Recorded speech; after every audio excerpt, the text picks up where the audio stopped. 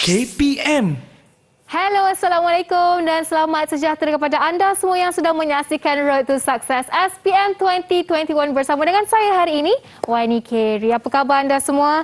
Wani harap anda semua sihat-sihat belaka kerana ialah sekarang ini kes kita semakin meningkat namun kita masih belum berjaya untuk putuskan rangkaian ini. Jadi, Wani nak pesan pada anda semua, jadilah rakyat Malaysia yang bertanggungjawab untuk sentiasa patuh pada SOP. Pakailah hand sanitizer, banyak kali pun pakailah pelitup muka dan paling penting jaga penjarakan sosial sekurang-kurangnya 1 meter. Alright, untuk topik kita hari ini adalah satu topik yang agak penting juga untuk kita semua belajar, iaitu subjek fizik. Nak tahu apa dalam fizik yang akan kita belajar hari ini? Kenalah tunggu dan kita akan tengok dulu profil guru kita pada hari ini. Mari kita saksikan.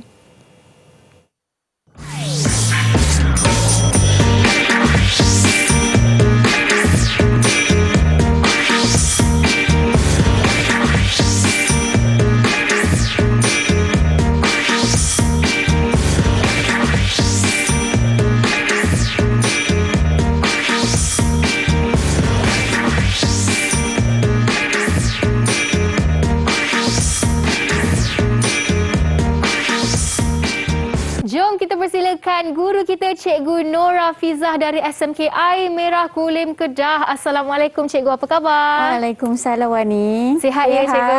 Wani sihat ke? Alhamdulillah, saya sihat seperti inilah Cikgu.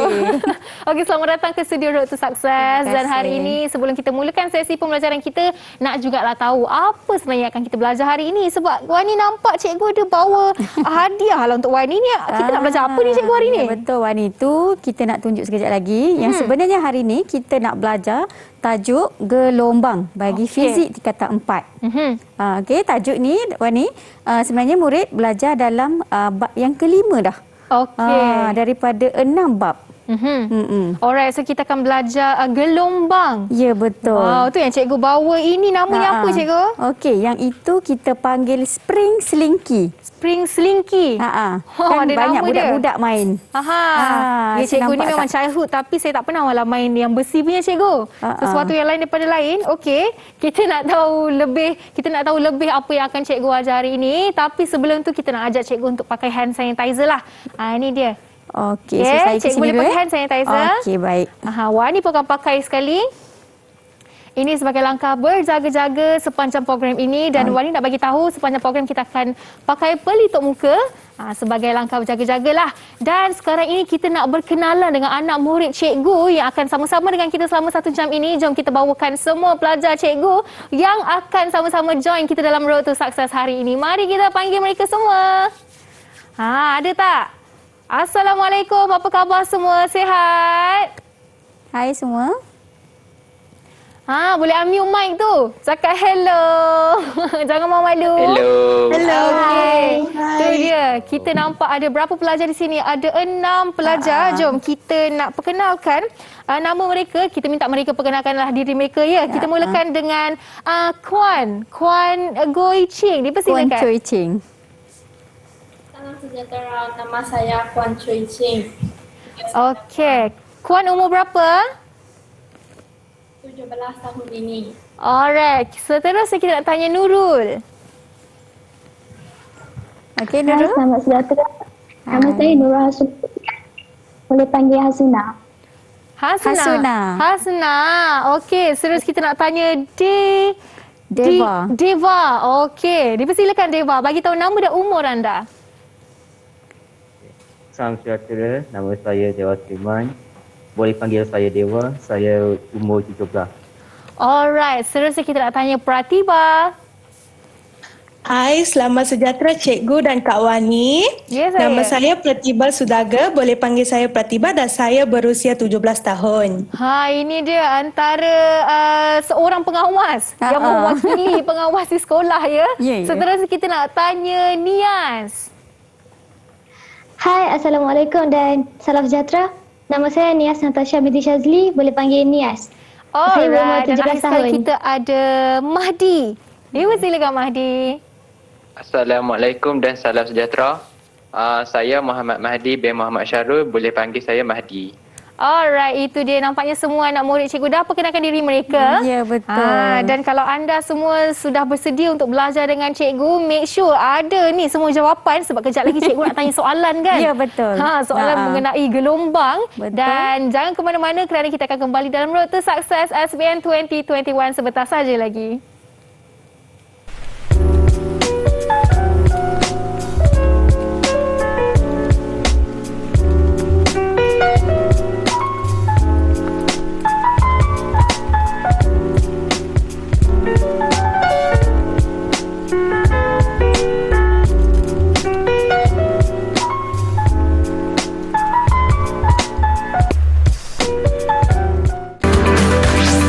Didik TV KPM. Bertemu kembali dalam Road to Success SPM 2021 bersama dengan saya Wani Kerry serta guru cemerlang subjek fizik iaitu Cikgu Nur Hafizan Abdul Wahab dari SMKI Merah Kulim Kedah atau ingin dikenali lebih dengan panggilannya Cikgu Nora. Ya, betul. Okey, hari ini jadi Wani panggil Cikgu Nora lah ya. Ya, boleh. Alright Cikgu. Jadi anda semua kat rumah dah sedia ke? Anak murid Cikgu dah bersedia semua?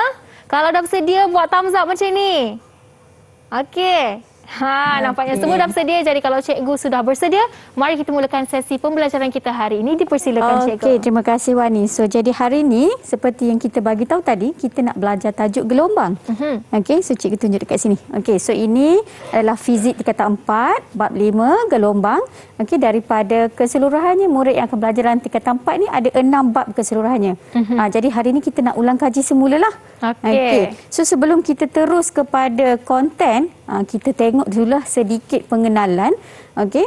Jadi dekat sini cikgu ada sediakan satu gambar. Jadi gambar ni kalau Wani tengok gambar apa?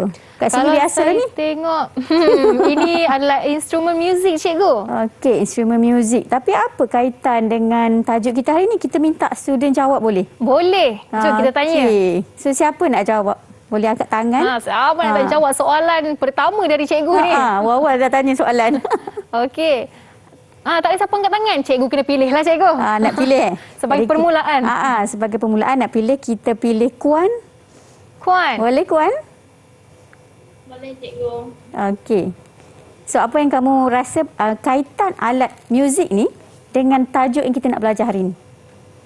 Alat muzik akan menghasilkan bunyi apabila kita menggetuk ataupun menggetar. So bunyi yang dihasilkan ini dikatakan sebagai gelombang. Okey, bagus sekali Kuan. Ya. Okey, jadi keyword yang Kuan bagi tadi, alat muzik itu menghasilkan getaran ataupun ayunan untuk menghasilkan gelombang bunyi. Jadi gelombang bunyi itu adalah salah satu gelombang yang kita ada hari ini Wani. Kita nak tengok. Okey. So satu lagi, Wani juga ada spring slinky yang cikgu bagi tadi. Ya, ini dia. Okey. So cuba Wani goyang-goyangkan dia, main-mainkan dia. Macam tu ke cikgu? Ya, betul. Kasar Okey. tu Wani Giri main benda ni. So sebenarnya apa yang Wani buat tu, Wani mengayunkan spring tersebut. Betul tak? Ya. So sebenarnya bila Wani dah buat ayunan macam tu, itu maksudnya Wani telah menghasilkan gelombang. Tu dia. Sebab dulu saya main dia plastik. Yang ni besi. So dia yang ni yang dari Mak Mal punya. Okey, faham? Okey, jadi dekat situ dua keyword tadi kita dapat. Satu getaran, satu ayunan yang Wani buat. Ayunan. Jadi itulah cara untuk menghasilkan gelombang. Baik. Okey. Jadi dekat sini hari ni kita nak tengok beberapa subtopik dalam tajuk gelombang. Okey. Tadi awal-awal cikgu dah bagi tahu dalam tajuk gelombang ni sebenarnya ada lebih daripada 4 subtopik. Tetapi hari ni kita nak cover cuma 4 fenomena penting yang perlu murid kuasai. Kenapa? Sebab soalan peperiksaan SPM tiap-tiap tahun keluar tajuk ini. So ini adalah topik favourite untuk keluar dalam SPM. Ini kira soalan yang selalu di spot lah sebenarnya. Ya, betul. Soalan yang selalu di spot. Okey. Jadi kita nak kuasailah keempat-empat ini dalam masa kita buat kelas hari ini. Baik. Okey, so tanpa melengahkan masa, kita terus kepada tajuk yang pertama iaitu pantulan gelombang. Okey. So kita tengok dekat sini. Pantulan gelombang akan berlaku apabila gelombang tuju mengena dengan permukaan yang keras dan dibalikkan. So kita tengok permukaan itu macam tu dinding bata tu. Jadi dinding itu akan jadi bertindak sebagai pemantul. Jadi gelombang tu, bunyi tu, orang menjerit tu, kita bercakap, kena pada satu dinding, dia akan balik semula. So, itu kita panggil pantulan gelombang. Pantulan gelombang. Pantul, pergi, balik. Betul cikgu. Selalu kalau ada bunyi macam ni kalau kita masuk rumah baru, masuk karaoke kat tandas. Pandai Wani. Okey. Jadi kat sini juga cikgu ada sediakan satu gambar lagi. Yang ni cikgu rasa cikgu nak minta murid cikgu explain. Apa kaitan dengan suara yang pergi tadi? Okey, yang ni siapa nak jawab? Saya cikgu. Okey, boleh Pratibha. Silakan. Silakan Pratibha. Kelawar memancarkan gelombang ultrasonik yang dipantul balik oleh ramah-ramah tersebut. Okey. So, Pratibha ada sebut gelombang ultrasonik pula. Apa itu gelombang ultrasonik? Jadi Deva boleh bantu cikgu tak? Apa itu? Deva? Apa itu gelombang ultrasonik? Gelombang ultrasonik adalah gelombang yang pergi dengan laju atau panjang gelombang yang tinggi dengan frekuensi yang tinggi juga. Maaf Deva, boleh dekatkan mikrofon dan ulang sekali lagi? Gelombang ultrasonik ialah gelombang yang pergi dengan frekuensi yang tinggi. Ya, betul Deva. Betul. Jadi dekat situ keyword dia frekuensi yang lebih daripada 20,000 Hz. Okey. Okey. Jadi kelawar tu mengeluarkan bunyi. Jadi kita sebagai manusia biasa kita tak dengar Wani bunyi tu. Hanya kelawar je dengar. Sebab kita pendengaran manusia kurang daripada 20,000 Hz. Okey. Jadi dekat sini kita boleh tengok dalam bentuk animasi fizik lah. Kalau kita buat eksperimen dalam kelas, kita gunakan gelombang air. Jadi kita letak satu pemantul. Jadi gelombang tu masuk ke sini.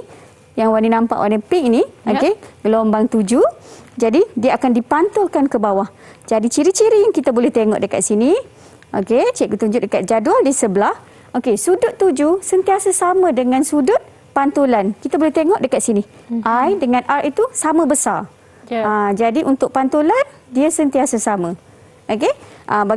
Dengan panjang gelombang, frekuensi dan laju pula tak berubah. Tapi ada satu sahaja yang berubah, iaitu yang terakhir, iaitu arah dia. Kalau kita perasan, pergi balik arah lain. Jadi hanya itu saja yang berubah dalam pantulan gelombang. Arah perambatan. Arah pergerakan dia lah. Okey. Okey, so dia berubah dengan syarat sudut 7 sama dengan sudut pantulan. Okey, jadi kita dah belajar dah pantulan ni. Kita cuba soalan sedikit dengan murid-murid boleh? Boleh, cikgu. Okey, so adakah semua dah bersedia? Okey, jadi kita ada soalan yang pertama. Antara rajah yang berikut, yang manakah menunjukkan corak pantulan gelombang air dengan betul? Boleh cikgu minta Nias jawab? Nias. Boleh cikgu. Okey, so silakan Nias. Jawapan dia B cikgu. Okey, kenapa Nias cakap B? Sebab sudut 7 dia sama dengan sudut pantulan. Okey, kita tengok jawapannya. Okey, betul Wani. Maksudnya bagus sangat ni. Kita dah faham. Maksudnya dia faham. Dia faham. Tadi pun Wani pun faham kot. Faham. Kita tengok kan sudut 7 sama sudut pantulan. Okey, kita cuba pula tengok dengan soalan yang kedua. Okey, soalan kedua. Rajah menunjukkan sistem yang mengesan kandungan dalam perut wanita hamil menggunakan gelombang ultrasonik. Sama macam kes kelawar tadi. Gelombang ni tak bunyi kan buat ultrasound baby. So kita ada pemancar P dan kita ada penerima R. Jadi dekat situ apakah fungsi pemancar P dengan penerima R? Yang ni boleh tak student bantu cikgu? Apakah jawapannya? Siapa nak bantu cikgu? Mahdi. Okay. Mahdi berebut dengan Hasuna. Okey, siapa yang Wani pilih? Kita bagi Mahdi dulu. Okey, silakan Mahdi. Pemancar P, fungsi pemancar P ialah memancarkan gelombang ultrasonik. Fungsi penerima R, menerima ultrasonik yang dipantulkan. Okey, so kita semak jawapan diorang. Okey, so cuba Wani tengok. Betul kan? Betul. Bagus Mahdi. Bagus Mahdi, tahniah. Okey, jadi dekat sini Betul lah, pemancar P tu yang memancarkan gelombang ultrasonik sama macam kelawar tadi mengeluarkan bunyi. Dan yang menerimanya adalah penerima R tu lah, dia menerima semula. Jadi kita dapat detect image bayi dengan menggunakan sistem ultrasound. Okey. Jadi dekat sini jelaslah Wani kan untuk pantulan gelombang. Boleh dapat A dah ni. InsyaAllah bila saya ambil balik. Jadi sebab itulah dalam cuti-cuti sekolah macam ni pun kena belajar juga sebagai persediaan. Okey. So seterusnya kita tengok mengapa pula kita guna gelombang ultrasonik, kita tak guna X-ray nak check baby. Wani rasa Wani tahu tak kenapa? Boleh tak guna X-ray? Sebab tak silap saya X-ray untuk kita check tulang kita, cikgu. Baby pun ada tulang. Kenapa tak boleh? Mungkin kerana ada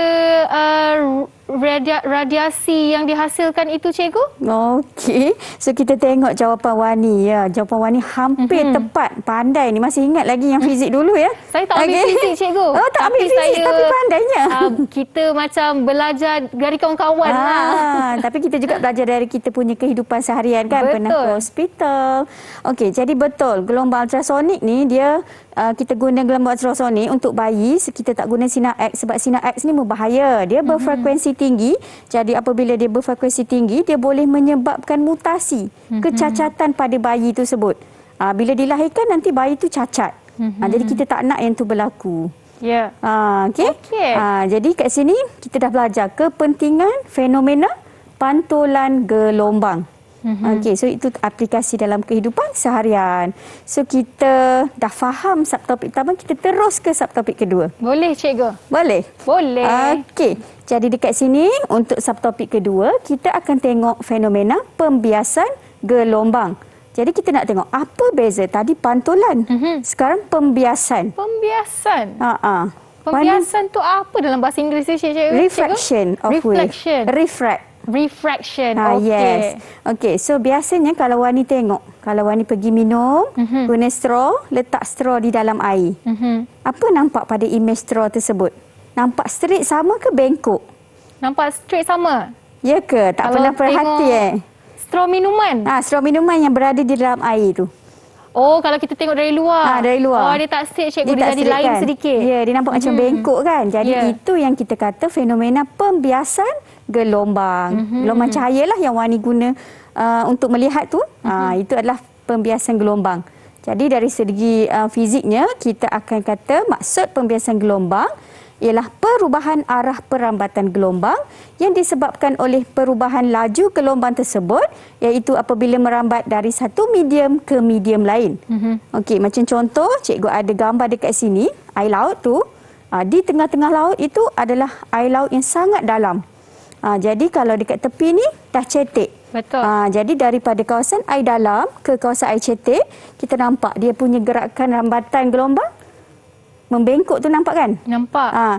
Jadi selain daripada membengkok, dia punya laju juga berubah dan ada beberapa ciri lain juga berubah. Sudut tuju dengan sudut biasan pun dah tak sama.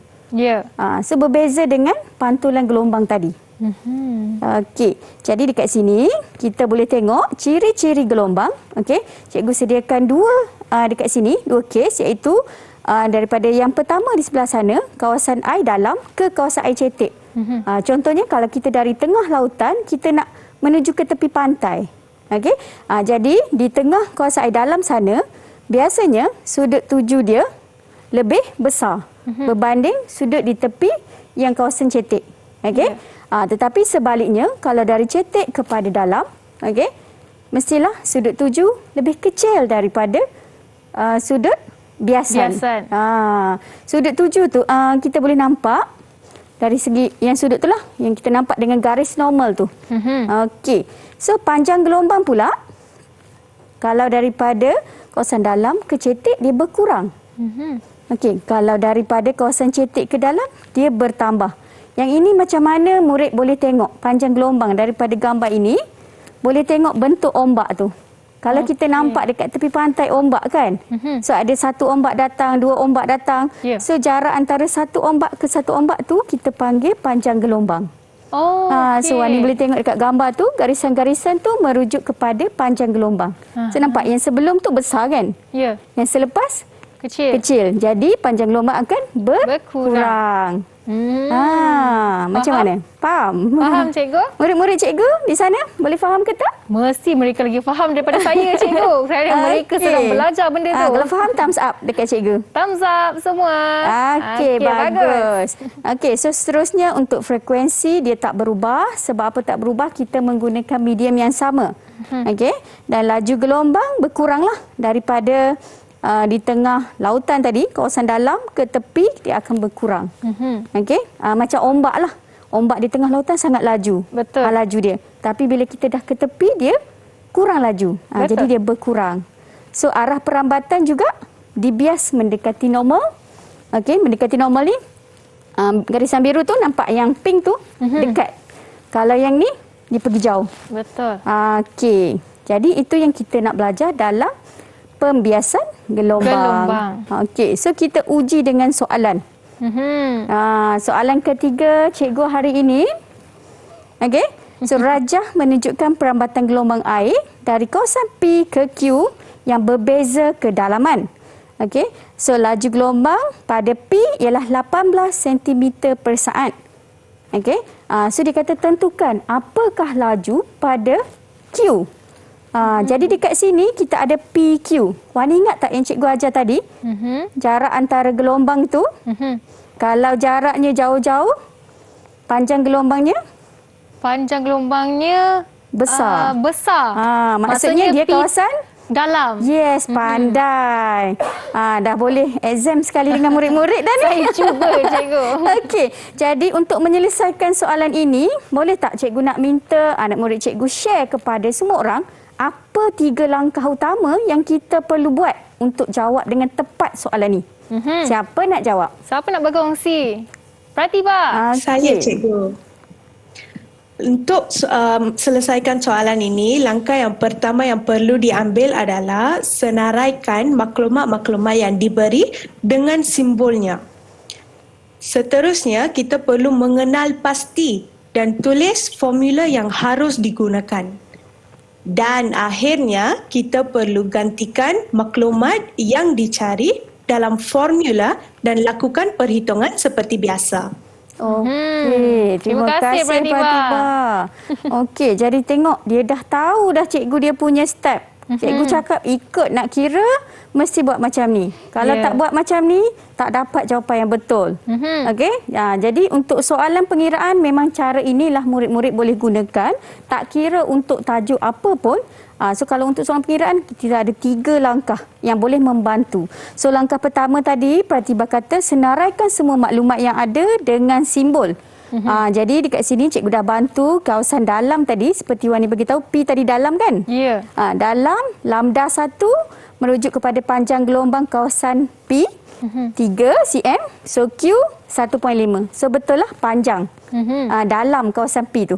Sebab dia 3 cm. Ya. Kawasan Q cetek. Jadi V1 laju kawasan dalam tadi dah diberi dalam soalan. 18 cm per saat. Jadi dekat sini kawasan yang cetek tu berapa kelajuan dia. Jadi kita kena kenal pasti apa formula yang nak digunakan. Jadi tadi awal-awal pun ada rakan kita berkongsi yang di dalam video tadi kita ada V sama dengan F lambda. Jadi dekat situ dia menggunakan formula yang samalah di sini. Masukkan dalam formula dan akhirnya dapatlah jawapannya V yang kedua itu 9 cm per saat. Jadi nampak tak dekat sini? Kalau dalam dia laju, kalau cetek dia perlahan. Perlahan, yes. Betul. Alright. Jadi untuk jawab soalan seperti ini kena tahu 3 langkah penting itulah kan 3 cikgu. langkah tu. Dan itu sahajalah kan dia punya cara penyelesaian tu cikgu. Tu dia. Sebenarnya kalau kita faham tidaklah sesusah mana fizik ni kan cikgu. Sebab formula diberi tahu ni dalam puasa. Ya. Ada diberi lagi. Ada diberi formula. Lagilah mudah. Okey cikgu, kita dah jawab sampai soalan yang ketiga dan kita nak jawab lebih banyak soalan yang menarik lepas ni. Tapi kita nak berehat seketika dan anda semua jangan ke mana-mana. Kembali selepas ini hanya dalam Road to Success App SPM 2021.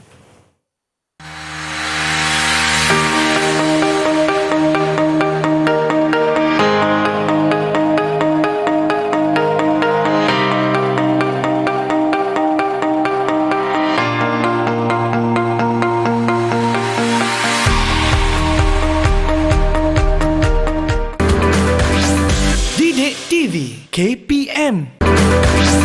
Didik TV KPM. Bertemu kembali dalam Road to Success SPM 2021 bersama dengan saya Wani Keri serta guru kita hari ini iaitu Guru Cemerlang Cikgu Nora Fizan atau dikenali sebagai Cikgu Nora, dan bersama dengan para pelajar dari SMK Air Merah Kulim Kedah bersama-sama dengan kita. Okey Cikgu, kita dah buat pembiasan gelombang. Kita dah buat pantulan gelombang dan sekarang kita nak masuk ke bahagian seterusnya lah. Jom Cikgu, dipersilakan. Okey, baik Wani. So bagus. Kita dah faham tadi dua fenomena yang pertama dengan jelas. Jadi sekarang kita nak tengok fenomena yang ketiga iaitu pembelauan gelombang. Jadi di sini apakah pembelauan gelombang? Jadi kita tengok ada satu orang murid, okey, seorang makcik pun boleh lah. Baru balik nak beli nasi lemak, dia lalu dekat tepi dinding bangunan. Tiba-tiba dia kata dia tak nampak ada orang tapi dia dengar bunyi muzik. Dia tak nampak tu ada radio dekat sebelah sana. So kenapa dia boleh dengar sedangkan kita tahu gelombang bunyi ni dia bergerak terus depan. Dia bergerak lurus sahaja. Macam mana?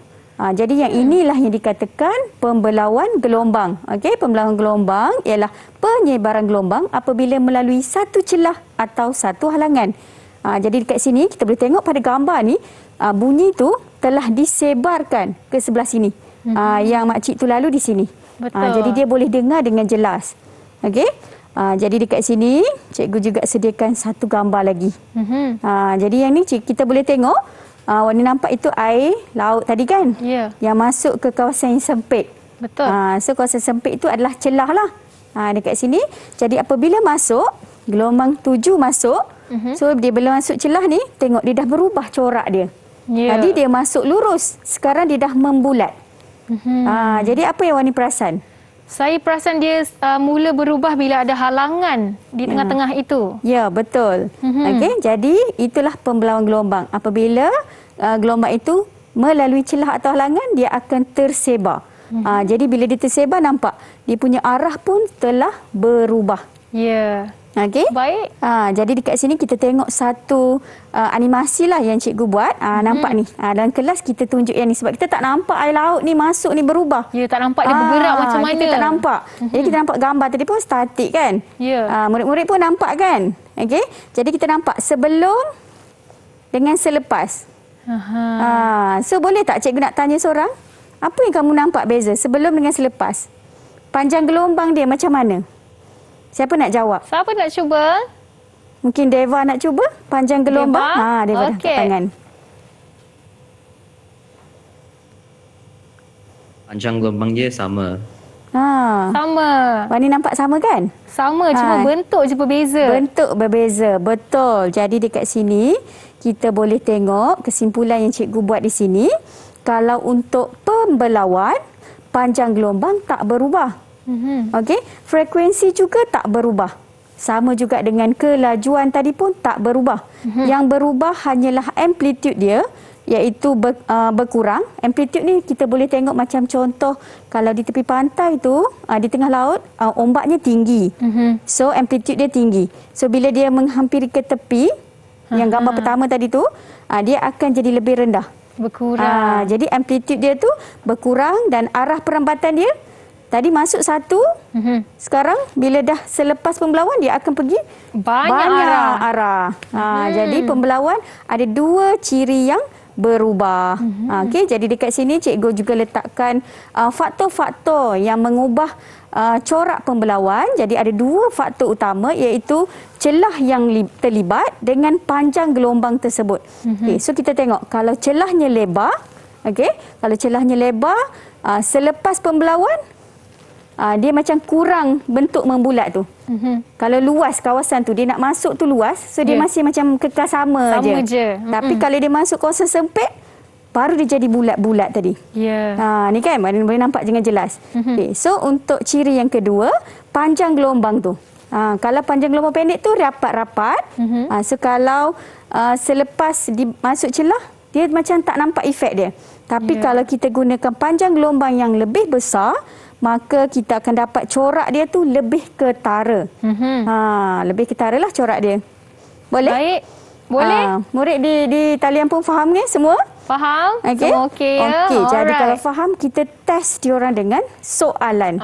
Okey, jom. Okey. Kita tengok mereka Jadi, faham ke tak? Ini adalah salah satu contoh soalan berformat SPM bagi kertas satu soalan objektif. Okey, jadi tak payah kira. Tengok saja terus boleh jawab. Siapa nak jawab ni Wani? Siapa pilih yang nak siapa cuba? nak jawab? Saya nak pilih apa namanya ni? Hasuna. Okey boleh. Ya, cikgu. Okey, Hasuna sila pilih. Mana satu? Mana satu Jawapan dia yang C. betul? C. Betul ke C? Betul ke C? Cuba Hasuna bagi tahu kenapa pilih C? Kenapa tak pilih A, B, D ni?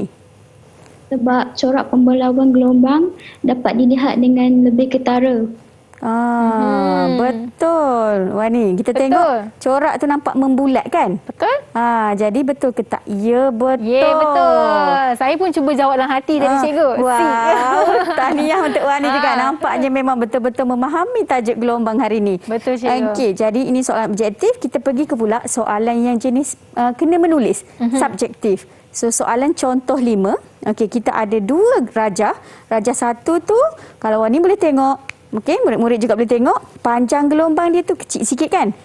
So, yang mana lebih ketara kalau nampak 2 ni? Gambar tu. Buat tanya Wani dulu, tak nak tanya student lagi. Tanya cikgu, tanya mana satu cikgu? Selepas pembelawan tu, yang mana nampak ketara, bulat-bulat dia tu? Pemelawan, ketara, rajah 2. Okey. So, tak apa. Kita tunggu tengok jawapan Wani sama tak dengan jawapan murid. Jadi, kita minta murid jawab dulu soalan yang pertama, bandingkan panjang gelombang untuk gelombang air ini. So, siapa nak jawab? Adakah murid yang mana nak jawab? Kuan? Okey. Kuan nak cuba jawab. Cikgu, gelombang di Raja 2 lebih ketara. Okey. Dia tengok, dia tiru sama jawapan Wani.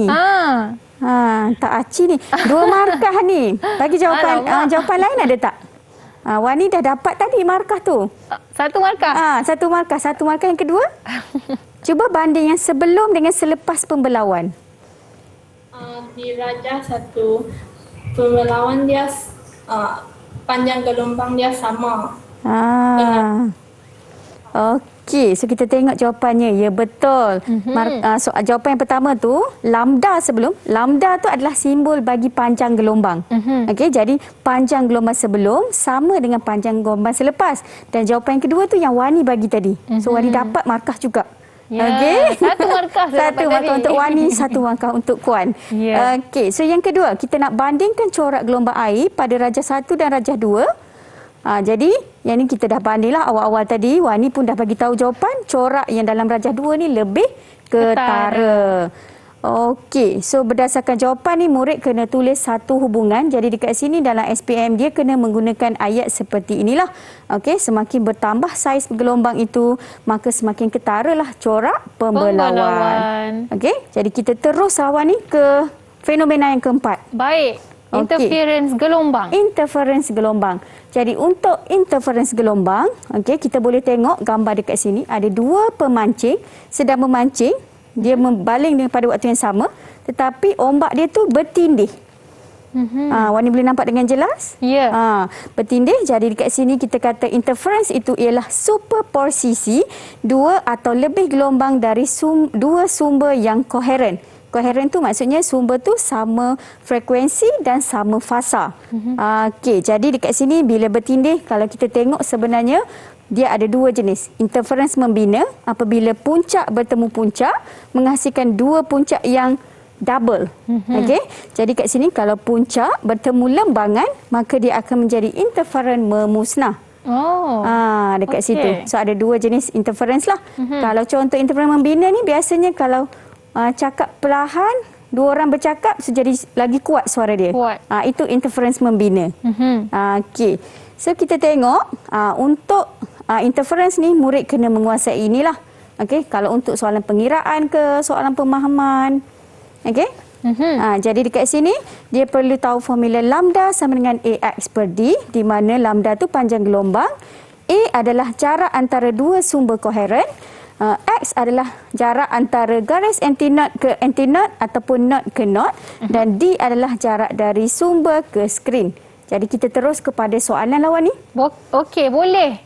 Kita nak tanya mereka pula. Jadi soalan ini soalan pengiraan. Wani ingat tak tadi 3 langkah yang Pratibha bagi tahu? Ada 3 yang panjang tu. Saya rasa saya pun nak kena tengok balik apa itu langkah 3-3 tu. Betul. Jadi cikgu pun akan guna langkah yang Pratibha bagi tahu tadi. Okey, langkah pertama senaraikan maklumat daripada soalan. Okey, kemudian kenal pasti dan tulis rumus yang digunakan, buat gantian numerical. Okey, jadi kita tengok maklumat yang ada, cikgu dah siapkan. So murid boleh tengok. Okey, cuba cikgu nak tanya ni. Kenapa dekat sini lambda dia cikgu tulis lain, dalam soalan lain? Dekat dalam soalan apa Wani nampak? 550 nm, nanometer. So nano kena tukar kepada imbuhan yang betul, darab 10 - 9. Kalau kat sini kita ada tu 24 mm. So kat sini cikgu dah tukar kepada, tak ada 24 sudah. Ke mana? So 24 tu sebenarnya dia dah dibahagi kepada berapa partition tu.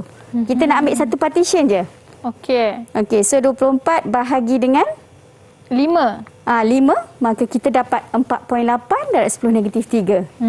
Okey, so bila kita masukkan di dalam soalan formula ini, maka kita terus dapat jawapannya. Alright. Okey. Baik. Boleh. So setakat ni masih lagi bagus. Murid-murid bagus ni semua. Kalau okey tunjuk thumbs up. Alright, so bagus. Okey, jadi kita ke soalan yang ke-7.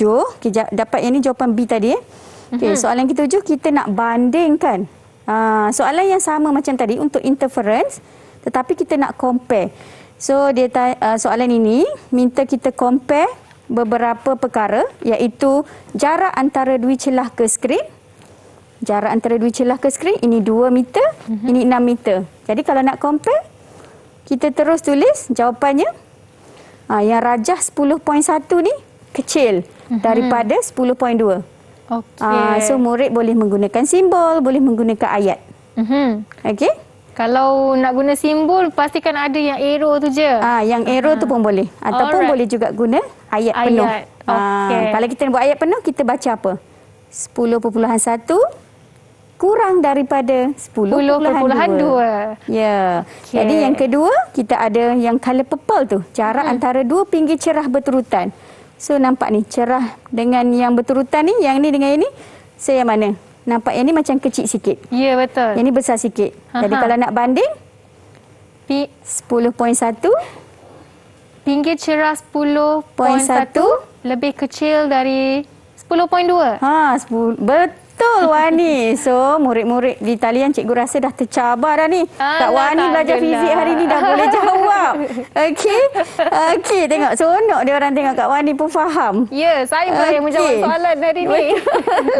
Okey, untuk soalan ketiga, bilangan pinggir 10.1 kurang daripada 10.2. Okey, yang ini bilangan pinggir tu kita kira. Yang hitam tu kita ada 1, 2, 3, 4, 5. Yang bawah ni kita ada 1, 2, 3. So maksudnya 10.1 lebih banyak daripada 10.2.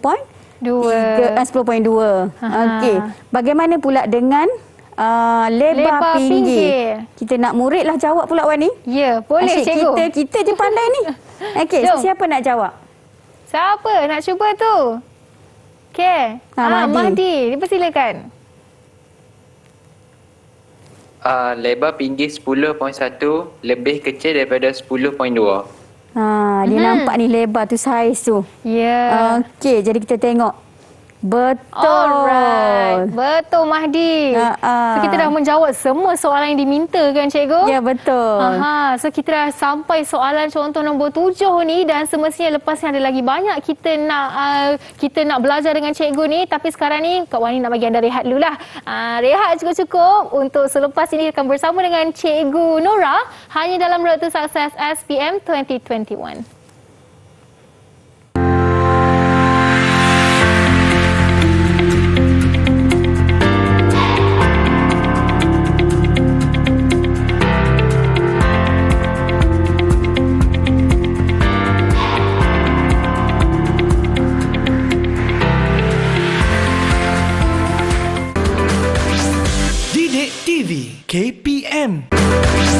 Didik TV KPM.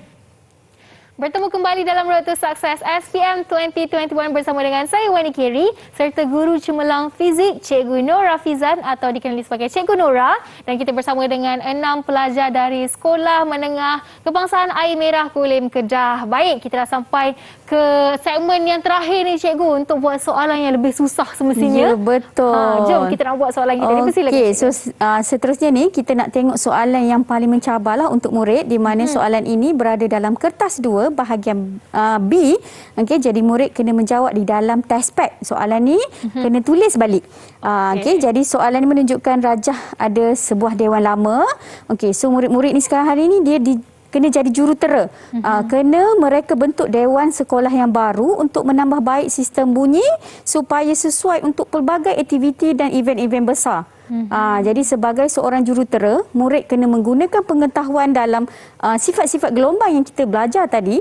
Dia nak kena terangkan apa reka bentuk dewan yang mengandungi aspek-aspek bentuk dewan, jarak kedudukan antara dua pembesar, kedudukan pembesar suara dan mikrofon serta pemasangan kelengkapan dalam dewan.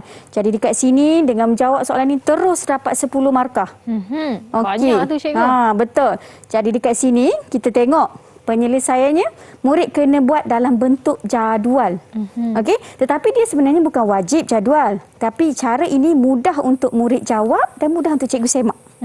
Okey, jadi untuk ciri yang pertama tadi, siapa nak cuba? Siapa nak cuba? Ciri pertama. Okey, Dewan nak cuba.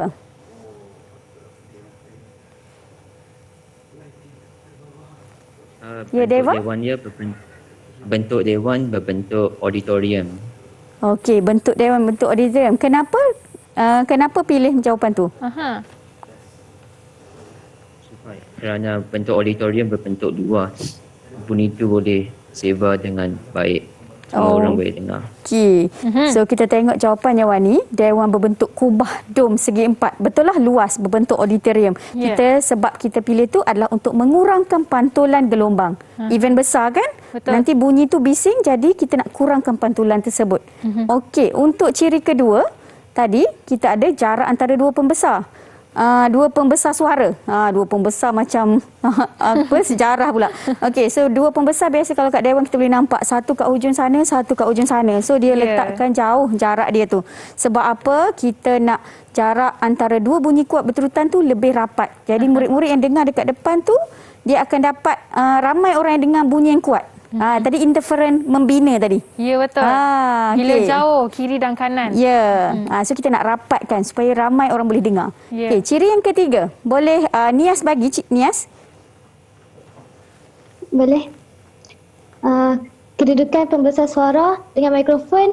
Pembesar suara tu berada di hadapan mikrofon. Okey, kenapa tu? Untuk mengelakkan dia bergema. Okey. So betul juga. Okey, so kita nak elakkan gema ataupun kurangkan pantulan. Okey, betul. Dekat situ dapat 2 markah.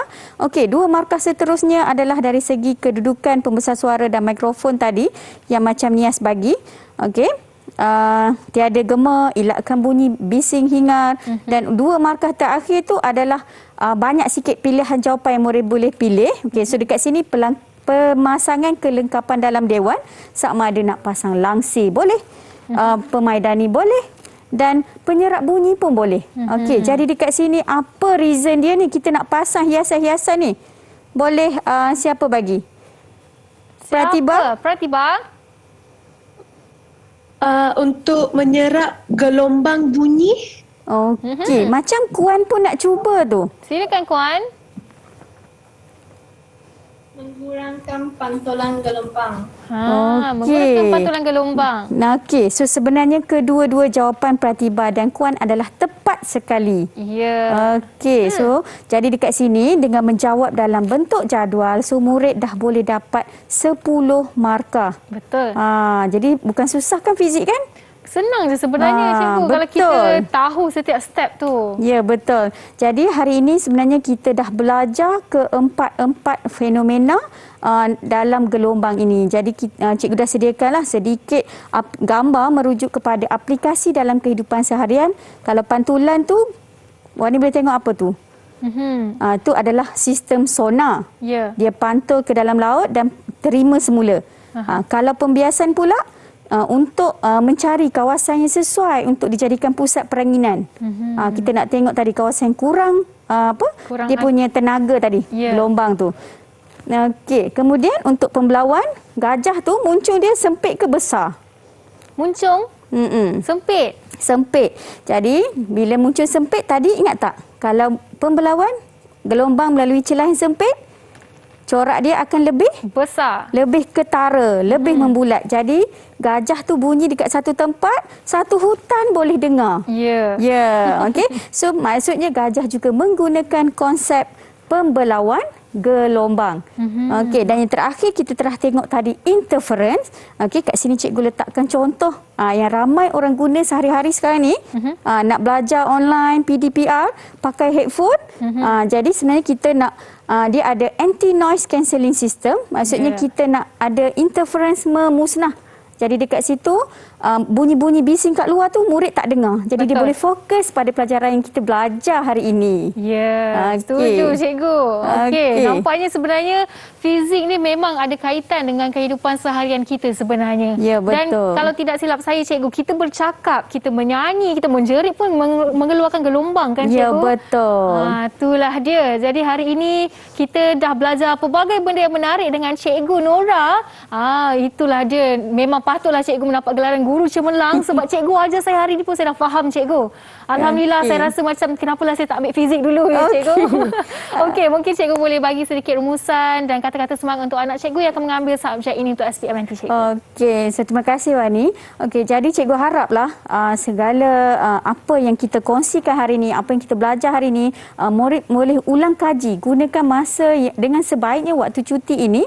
Okey, jadi kita ulang kaji walaupun kita masih dalam musim pandemik, tak ada masalah, kita belajar dan kita bersedia. Bila tarikh exam tu dia nak umumkan, tak kira bila, so kita bersedia sebelum diuji. Betul. Orang kata sediakan payung sebelum hujan. Ya, Jangan nak tunggu exam baru nak belajar. Betul. Okey, itu dia. Jadi kita dah belajar pelbagai perkara yang menarik dan Wani nak ucapkan terima kasih kepada Cikgu Nur Hafizah Abdul Wahab selaku guru cemerlang fizik dari SMK Air Merah Kulim Kedah, dan Wani nak ucapkan terima kasih kepada semua pelajar kita. Ada Kuan Choi Ching, Nurul Hasuna, Nias Natasha, Devas Raymond, Pratiba dan juga Muhammad Mahdi kerana anda semua sangat sporting hari ini bersama dengan cikgu selama 1 jam ini. Ya, betul. Dan Wani doakan agar anda semua berjaya mendapat A+ dalam subjek fizik ini. Amin. Okey, jadi sekian saja dari saya Wani Keri. Kita berjumpa lagi pada masa akan datang hanya dalam Road to Success SPM 2021. Bye-bye.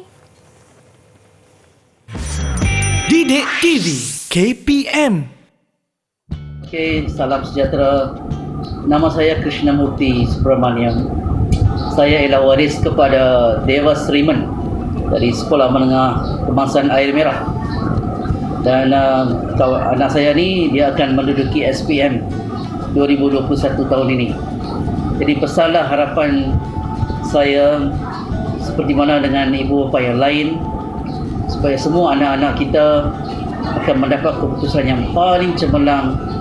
Tapi sebelum itu saya ucapkan terima kasih pertama sekali kepada semua cikgu yang telah berkorban masa dan tenaga untuk membuat program-program seperti ini.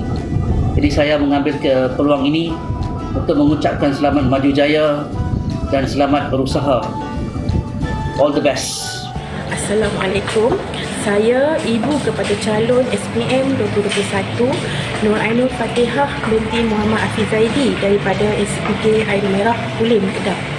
Titik tolak sebuah kejayaan bermula daripada sekolah dan amat beruntung apabila sekolah tersebut memiliki guru yang cemerlang dan hebat.